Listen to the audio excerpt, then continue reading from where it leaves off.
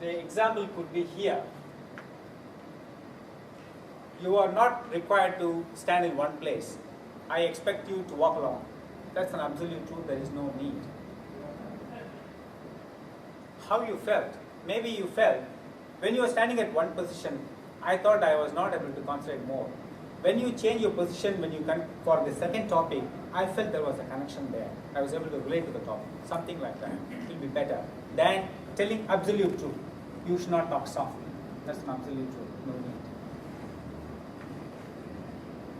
Attempt to establish a dialogue with the speaker. Check the speaker's understanding of your remarks after the speech so that there is no misunderstanding. And provide specific suggestions for improvement. When you make suggestions, try to make a demo of it if possible. For example, Angela, if I want to say your introduction, you could have said, I am going to narrate an experience that is accelerating and you people all will love for going for cruises. Something like that, you demonstrate how the introduction could be stronger. Instead of saying, perhaps you could have had a stronger introduction.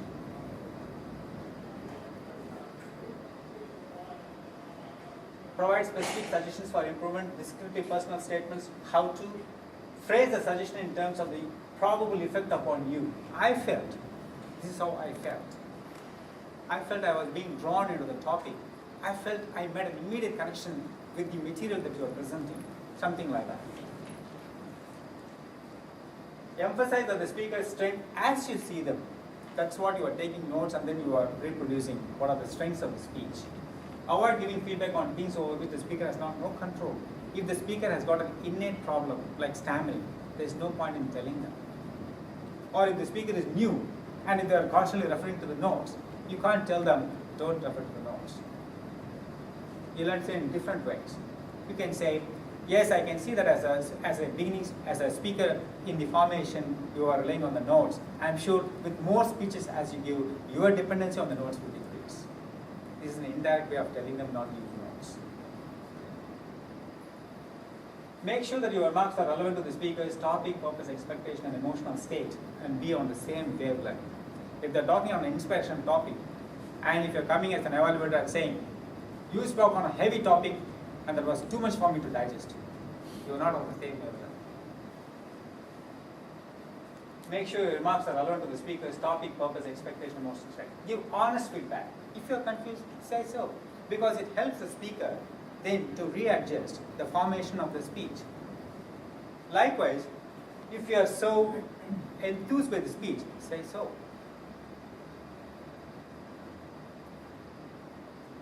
Avoid prescriptive phrasing of suggestions. You should have done this way.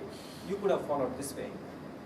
If required, verify the accuracy of your personal observations of the speaker or other members of the club. If some other member had given certain suggestions, it doesn't mean that you have to adopt those suggestions in your evaluation speech.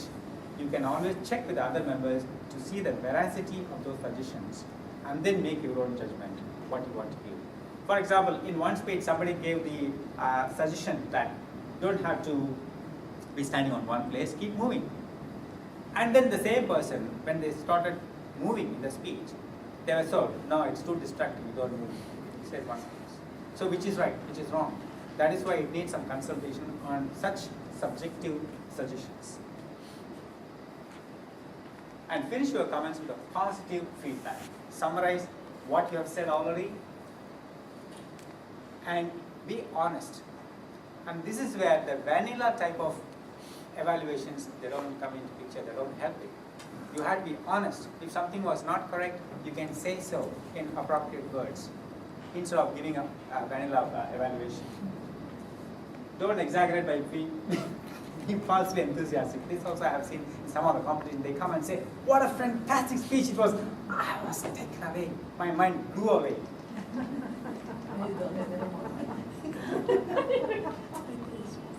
Try to inspire and motivate the speaker in your conclusion, saying something like, it's my pleasure to have learned more on this topic, and I look forward to listening to more speeches from you in the future. Something like that. When it comes to, now I'm jumping into another topic, how to respond for evaluation contests.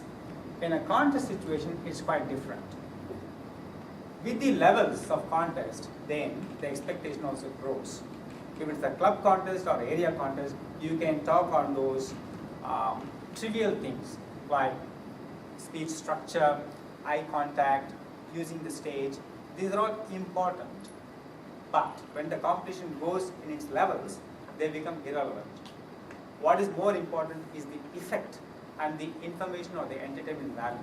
So you'll have to step up your analysis also as per that. Use inspirational words as much as possible.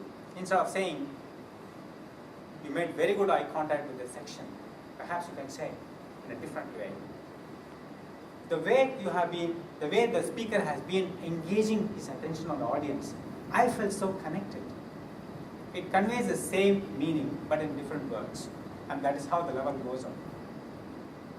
And leave in a positive note.